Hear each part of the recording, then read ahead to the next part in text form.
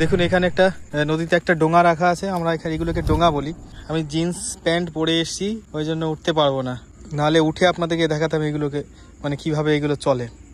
আর এখানে কিন্তু নদীর ভেতরে প্রচুর পরিমাণে পুঁটি মাছ এখান থেকে দেখতে পাচ্ছি আমি, চিক চিক চিক চিক করছে, প্রচুর পুঁটি মাছ।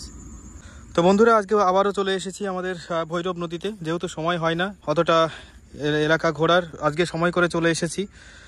এখন এখানে যেখানে রয়েছে এই জায়গাটিকে আমরা বলি বড় মরঘাটি। বড় মরঘাটিতে একটা বাঁধাল দেওয়া হয়েছে, এই বাঁধালে মাছের জন্য এসেছি, কিন্তু বাঁধালে কেউ নেই। সামনেই একটা ডোঙা রাখা আছে, চেষ্টা করবো এই ডোঙাটাকে চালানোর। আমার এখান থেকে কিন্তু জলের মাছ ভেতর দিয়ে কিন্তু প্রচুর মাছ আমি দেখতে পাচ্ছি, আপনাদেরকে দেখাতে পাচ্ছি না, কারণ মোবাইলের ক্যামেরায় মাছ যে ভেতরে সাঁতার কেটে বেড়াচ্ছে ওগুলো কিন্তু ক্যামেরাতে দেখা যায় না।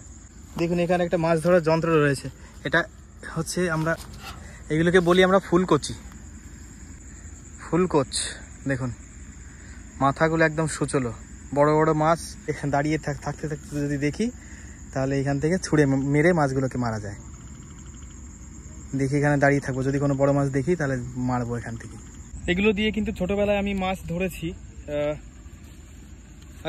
তখন জল থাকতো, মাছও বড় বড় হতো। আর এখন জল যেহেতু থাকে না, সেজন্য মাছ কিন্তু অতটা নেই, যা আছে সব ছোট ছোট।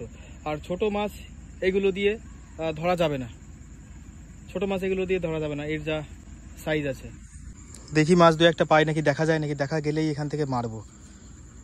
মাছ দেখা যাচ্ছে, তবে বড় মাছ নেই, সব ছোট ছোট পুঁটি। আর পুঁটি মাছ এই সাইজের ফুলকচি দিয়ে বাঁধবে না, অন্তত শোল লাঠা হলে তবেই বাঁধবে। বিকালবেলা এই ধরনের পরিবেশে হাঁটতে কিন্তু খুব সুন্দর লাগে। দেখুন আমার সাইডে, ডান সাইডে নদী, ডান সাইডে জল, আর এখানে সেই বাঁধালটা। আর আমার বাঁ সাইডে রয়েছে এখানে একটা পুকুর করা আছে, এই পুকুরটা ভেসে গেছিলো, এই পুকুরটাতে যত মাছ সব ভৈরব নদীতে চলে এসেছিল। দেখুন কত সুন্দর লাগছে, এই যে পড়ন্ত বিকেল, মানে সূর্যটা ডুবছে আর যে নদী সূর্যের প্রতিচ্ছবি উঠছে, একদম পুরো দারুণ দৃশ্য, একদম সুন্দর, খুব সুন্দর লাগছে। প্রতিটি গ্রামের দৃশ্য কিন্তু কোনো না কোনো জায়গায় এরকম অপরূপ দৃশ্য থাকে।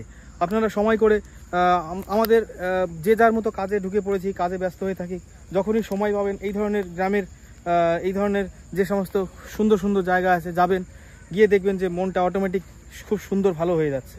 আমাদের বিভিন্ন রকমের কাজের চাপ থাকে, বিভিন্ন রকমের টেনশন থাকে, এই ধরনের টেনশনগুলো নিজের গ্রামের এলাকায় এলে পরে কিন্তু সেই সমস্ত টেনশন আর থাকে না। প্রতিটি গ্রামেরই এরকম কোনো নির্দিষ্ট কোনো জায়গা থাকে, যে সমস্ত জায়গায় গেলে তখন দেখবেন নিজের মনটা কিন্তু অনেক হালকা লাগে। ভেবেছিলাম যে টিনের যে ডোঙা আছে ওই ডোঙাতে উঠবো, কিন্তু অ্যাকচুয়ালি উঠতে পারলাম না, একটুখানি জল রয়েছে, আর আমি যেহেতু জিন্স প্যান্ট শার্ট পরে রয়েছি ওই জন্য ভিজে যাবে, ওই জন্য উঠতে পারলাম না। যদি কেউ থাকতো তাহলে তাকে দিয়ে চালাতাম আর আমি বসে থাকতাম। জীবনে যত বড় দুঃখ কষ্ট আসুক না, নিজের জন্য যে বাঁচা, এটা কোনোদিনও ভুলবেন না। এই জিনিসটাই হচ্ছে আপনার মানে বাঁচার রসদ। এগুলো যদি হারিয়ে যায়, মানে বাঁচার মানেটাই জীবন থেকে হারিয়ে যাবে। কাজ কর্ম পরিবার সবকিছুই রয়েছে, কিন্তু নিজের জন্য বাঁচাটা সবচাইতে বড় ব্যাপার। ধন্যবাদ বন্ধুরা, দেখা হবে অন্য কোনো ভিডিওতে।